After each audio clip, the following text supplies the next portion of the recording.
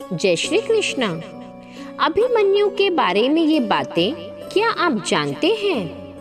महाभारत के युद्ध में अभिमन्यु एक ऐसा महान योद्धा था जिसने रणभूमि में अपने पराक्रम का लोहा मनवाया।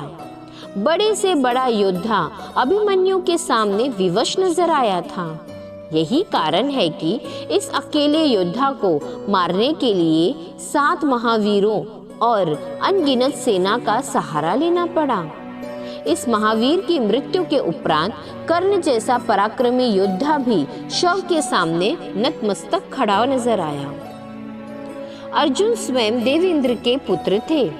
अर्जुन जैसा पृथ्वी पर कोई धनुधर नहीं था।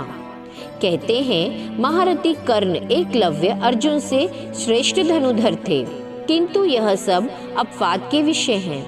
श्री कृष्ण के मार्गदर्शन से उन्होंने इतनी विद्या प्राप्त कर ली थी कि पृथ्वी पर उनका सानी कोई नहीं था। अर्जुन ने धनुर्विद्या के लिए पूरी पृथ्वी पर ज्येष्ठ गुरुओं का चयन किया था। उन्होंने स्वर्ग जाकर भी दिव्य अस्त्र शस्त्र का ज्ञान लिया था। सुभद्रा श्री कृष्ण की बहन थी।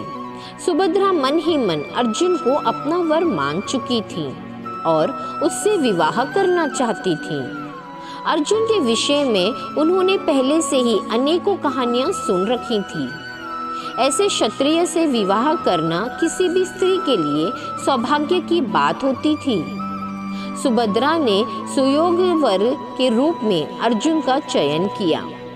अर्जुन और सुभद्रा का पुत्र अभिमन्यु हुआ।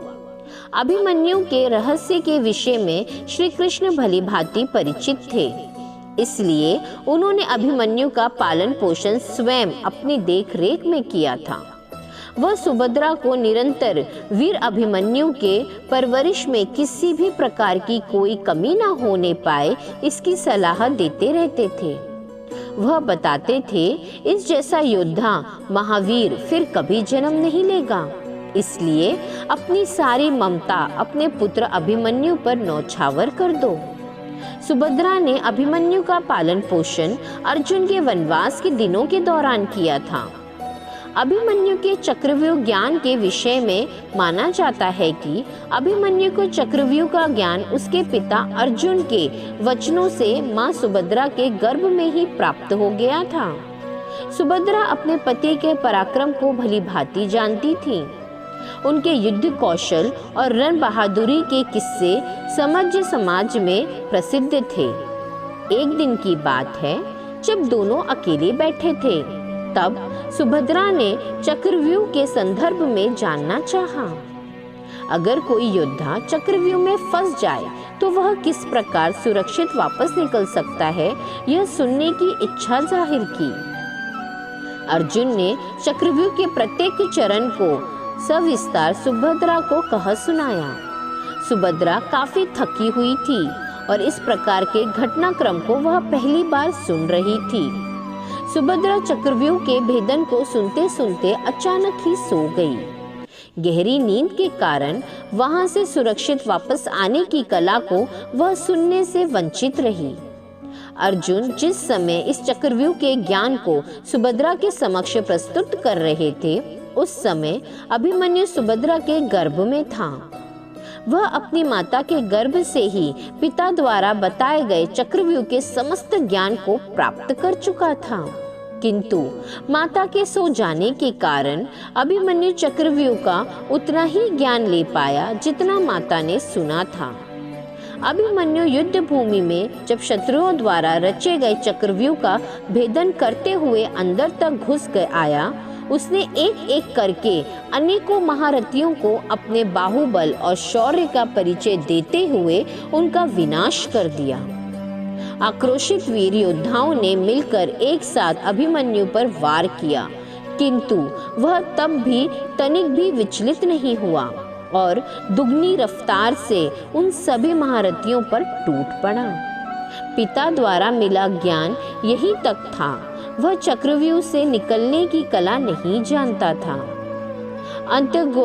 अंतर्गत शत्रु के बड़े बड़े महान योद्धाओं ने एक साथ मिलकर अभिमन्यु पर आक्रमण किया और रणभूमि में हमेशा हमेशा के लिए सुला दिया। श्री कृष्ण पृथ्वी पर विष्णु के अंश अवतार थे। उन्होंने धर्म और सत्य की रक्षा के लिए अवतार लिया था। उनके साथ इसी लीला में सहयोग करने के लिए अनेकों देवी देवताओं ने पृथ्वी पर जन्म लिया था। अभिमन्यु चंद्रमा के पुत्र वर्चा का अवतार था। चंद्रमा द्वारा तय शर्तों के अनुसार अभिमन्यु का पृथ्वी पर जन्म हुआ था। अभिमन्यु श्री कृष्ण की छोटी बहन सुभद्रा तथा पांडु पुत्र अर्जुन का पुत्र था। इस नाते श्री कृष्ण अभिमन्यु के मामा कहलाए। श्री कृष्ण ने अपने मामा धर्म का निर्वाह भली भांति किया। अर्जुन के वनवास तक था अज्ञातवास के समय उन्होंने अभिमन्यु का पालन पोषण पुत्र भांजे तथा शिष्य के रूप में किया। महाभारत के युद्ध उपरांत पांचों पांडव ने अपना राज सुख भोगा। पांडवों ने प्रायश्चित स्वरूप अपना संपूर्ण राज अभिमन्यु उत्तरा के पुत्र परीक्षित को सौंपकर स्वर्ग की ओर प्रस्थान किया। यह समय द्वापर युग के अंत का था।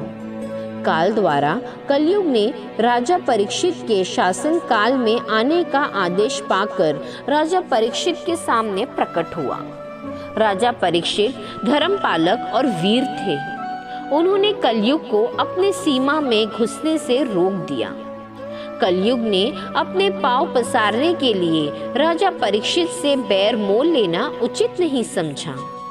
राजा का शरणागत हो गया। शरण में आए हुए लोगों की रक्षा करना किसी भी क्षत्रिय का प्रथम धर्म है। उस धर्म का निर्वाह करते हुए राजा परीक्षित ने कलयुग को 4 स्थलों पर रहने का आदेश दिया। जुआ स्थल, मद्यपान स्थल, वैश्या स्थल और हिंसा स्थल। कलयुग ने चाल चलते हुए राजा परीक्षित को कहा, यह सभी सीमित दायरे हैं। कृपा आप मुझे इन सीमित दायरों में ना बांधें। राजा परीक्षित ने काल के वशीभूत होकर कलयुग को स्वर्ण में रहने का आदेश दिया। राजा परीक्षित यह भूल गए थे कि उनके सिर पर लगा मुकुट भी स्वर्ण का था। कलयुग ने तत्काल आदेश पाते हुए राजा परीक्षित के मस्तिष्क पर विराजमान हो गया। इस प्रकार राजा परीक्षित कलयुग के वशीभूत होकर सभी कार्य करने लगे। कलयुग उनसे ऐसे अनेकों कार्य करवाता जो धर्म विरुद्ध होते। राजा परीक्षित विवश होकर उन कार्य को अज्ञानतावश करने और बाध्य हो गए, जिससे उनके पुण्य कर्म धीरे धीरे नष्ट होते गए। इस प्रकार धीरे धीरे कलयुग ने अपना पैर पसार लिया। ऐसी ही और जानकारी के लिए चैनल को लाइक, शेयर और सब्सक्राइब जरूर करें। राधे राधे।